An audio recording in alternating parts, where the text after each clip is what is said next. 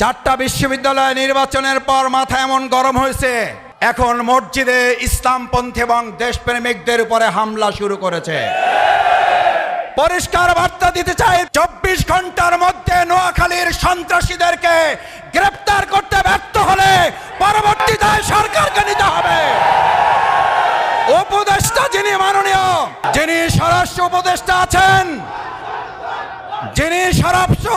আছেন, যদি আপনারা মনে করেন দলকানা প্রশাসন হবেন, দলকানা প্রশাসন মানবে না জনগণ। দলকানা প্রশাসনের চরিত্র কি এবং তাদের পরিণতি কি? 2024 সালের জুলাই আগস্টে শুধুমাত্র শেখ হাসিনার বিরুদ্ধে লড়াই হয় নাই, লড়াই হয়েছিল দলকানা প্রশাসনের বিরুদ্ধেও।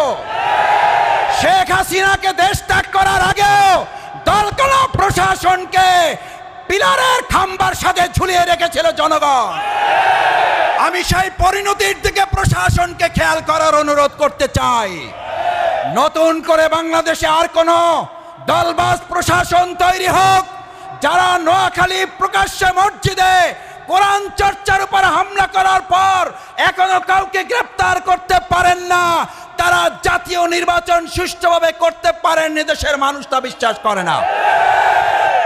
আপনাদের গোয়েন্দা তৎপরতা কোন জায়গায় পৌঁছেছে? একের পর এক জাতীয় গুরুত্বপূর্ণ স্থাপনায় অগ্নিসংযোগ হচ্ছে, দুর্ঘটনা ঘটছে। আমরা মনে করি বর্তমান সময়ে যারা আর নির্বাচনে ভালো ফল করতে পারবেন না বলে হতাশ হয়ে পড়েছেন, তারা সহ ফ্যাসিস্টদের কিছু প্রশাসনের অংশের সম্মিলিত তৎপরতায় এই কার্যক্রম হতে পারে বলে দেশবাসী মনে করে। স্পষ্ট কথা বলতে চাই, এগুলো বন্ধ করুন, না হলে আবার জুলাইয়ের মতো আমরা রাজপথে নেমে জনগণকে সাথে নিয়ে প্রতিরোধ করে তোলা হবে, প্রতিবাদের আগুন জ্বালানো হবে, জনগণের অধিকার আদায়ের জন্য আবার জীবন বাজি রাখা হবে।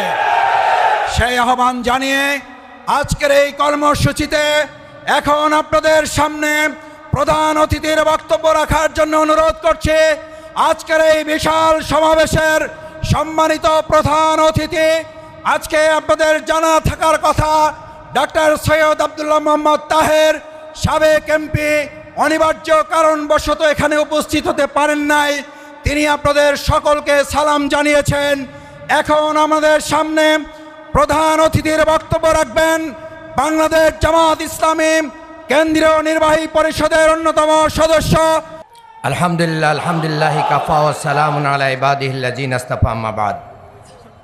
বাংলাদেশ জামাত ইসলামীর কেন্দ্র ঘোষিত কর্মসূচির আজকের এই সমাবেশের সম্মানিত সভাপতি, উপস্থিত নেতৃবৃন্দ, আজকের এই সমাবেশের সম্মানিত প্রধান অতিথি, বাংলাদেশ জামাত ইসলামীর কেন্দ্রীয় নির্বাহী পরিষদ সদস্য, ইসলামী ছাত্র শিবিরের সাবেক কেন্দ্রীয় সভাপতি, অবিভক্ত ঢাকা মহানগরীর সংগ্রামী সাবেক আমির এবং রাজশাহী বিশ্ববিদ্যালয় অ্যালামনাই অ্যাসোসিয়েশনের সংগ্রামী সভাপতি জনতা জনাব রফিকুল ইসলাম খান, উপস্থিত সাংবাদিক বন্ধুরা, সমবেত ঢাকাবাসী, আসসালামু আলাইকুম ওয়া রাহমাতুল্লাহ।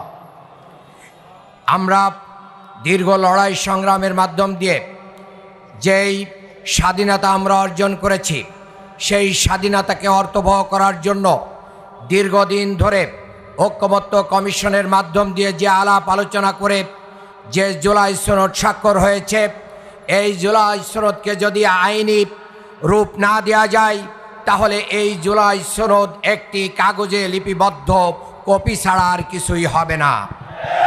কাজেই বাংলাদেশের 18 কোটি মানুষকে আমরা বলতে চাই, এই জুলাই সনদকে অবিলম্বে আইনি রূপ দিতে হবে এবং এটাকে সমস্ত প্রকার প্রশ্নের ঊর্ধ্বে রাখার জন্য আগামী নভেম্বরের ভিতরে গণভোটের মাধ্যম দিয়ে এটা পাশ করতে হবে। অনেক রাজনৈতিক দল বলছেন গণভোট আর জাতীয় সংসদ নির্বাচন একদিনে হবে। বাংলাদেশের ইতিহাসে এমন কোনো নির্বাচন নাই, জাতীয় সংসদ নির্বাচন, যেই নির্বাচনগুলো প্রশ্নবিদ্ধ হয় নাই, মারামারি হয় নাই, ব্যালট ব্যালটে সিল মারা হয় নাই, কেন্দ্র দখল হয় নাই এবং কেন্দ্র নির্বাচন স্থগিত করতে বাধ্য হয়েছে। আমরা এরকম প্রশ্নবিদ্ধ একটি জায়গায় আমাদের শহীদদের রক্তের বিনিময়ে নিয়ে আসা এই জুলাই সনদকে প্রশ্নবিদ্ধ করতে চায় না। কাজেই অবিলম্বে এটাকে কি করতে হবে? আইনি ভিত্তি দেওয়ার জন্য নির্বাচন দিতে হবে। ইতিমধ্যে আমরা দেখছি প্রশাসনের অনেকে বিভিন্ন দলের পকেটে চলে গিয়েছেন। প্রশাসনকে দলীয়করণ বন্ধ করতে হবে, সবার জন্য মাঠ সমতল করে দিতে হবে। এবং আমরা বলতে চাই, দীর্ঘ 15টি বছর তিনটি বার আমরা ভোট অধিকার প্রয়োগ করতে পারিনি। এবার আমরা বাংলাদেশের মানুষের ভোট অধিকার প্রয়োগের মাধ্যম দিয়ে গণতন্ত্রকে আমরা সুসংহত করতে চাই। সবশেষে বলতে চাই, আসুন দলমত পথ সব কিছু ভেদাভেদ ভুলে যে জুলাইয়ের স্পিরিট ধারণ করে আগামী দিনে একটি সুন্দর বাংলাদেশ গড়ার জন্য জামাত ইসলামী ঘোষিত এই কর্মসূচির সাথে আপনারা ঐক্যমত পোষণ করুন, নতুন বাংলাদেশ গড়ে তুলুন। সবাইকে ধন্যবাদ। বাংলাদেশ জিন্দাবাদ, বাংলাদেশ জামাত ইসলামী জিন্দাবাদ। সংগ্রামী ভাই এবং বন্ধুগণ, জাতীয় জুলাই সনদের বাস্তবায়নের আদেশ জারি, তার ভিত্তিতে নভেম্বরের মধ্যে গণভোট আয়োজনের দাবিতে আজকের এই বিশাল সমাবেশে পর্যায়ে আপনাদের সামনে বক্তব্য রাখবেন বাংলাদেশ জামাত ইসলামী কেন্দ্রীয় মজলিসে শুরার অন্যতম সদস্য, ঢাকা মহানগরী দক্ষিণ জামাতের সংগ্রামী সহকারী সেক্রেটারি, সংসদীয় আসন ঢাকা 5-এর সম্মানিত জামাত মনোনীত সংসদ সদস্য পদপ্রার্থী জননেতা জনাব মোহাম্মদ কামাল হোসেন। বক্তব্য রাখছেন জনাব কামাল হোসেন।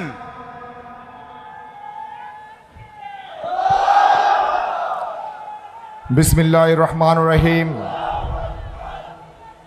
প্রশাসনের দলীয়করণের প্রতিবাদে এবং সর্বস্তরে লেভেল প্লেয়িং ফিল্ড নিশ্চিত করার দাবিতে দেশব্যাপী বাংলাদেশ জামাত ইসলামীর উদ্যোগে আয়োজিত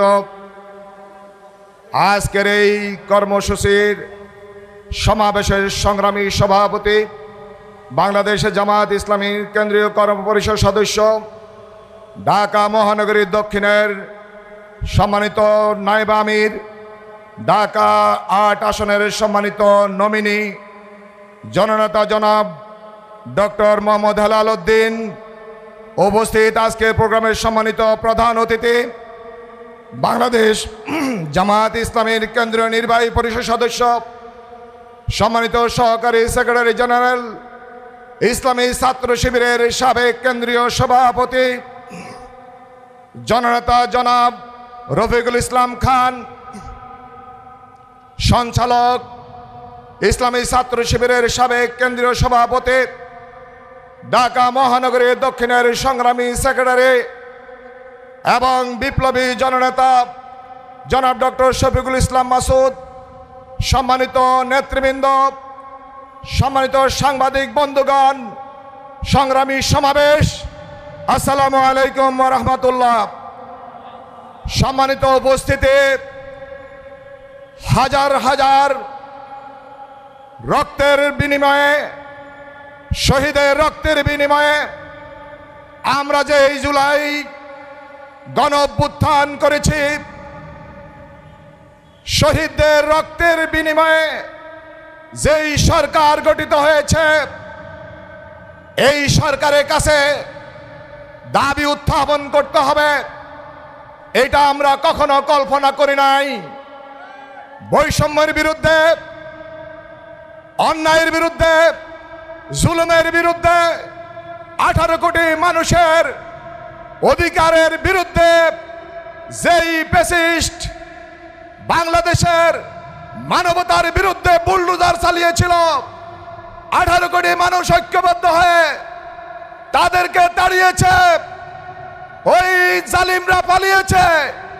বাংলাদেশে এখনো জুলুম বলবৎ রয়েছে। আমরা জুলুমের বিরুদ্ধে 17 বছর সংগ্রাম করেছি।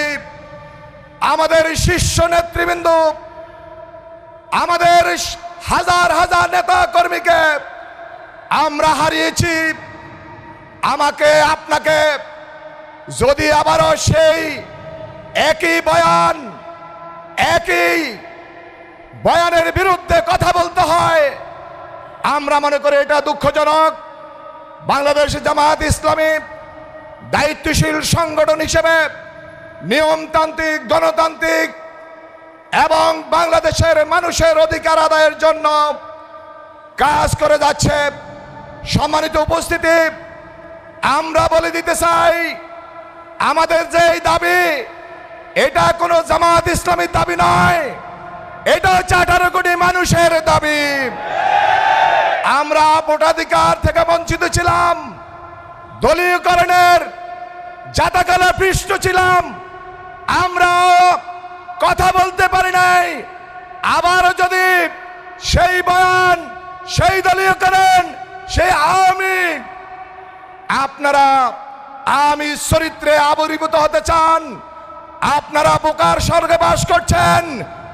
আমরা সকলে যেই অধিকারের জন্য আমরা রক্ত দিয়েছি, আমাদের ওই অধিকার বাস্তবায়নের জন্য প্রয়োজনে সারা বাংলাদেশে এমন আন্দোলন, এমন প্রতিরোধ, এমন গণজাগরণ তৈরি করা হবে, কোন দলীয়করণ কোন অবস্থায় আমরা মেনে নিব না।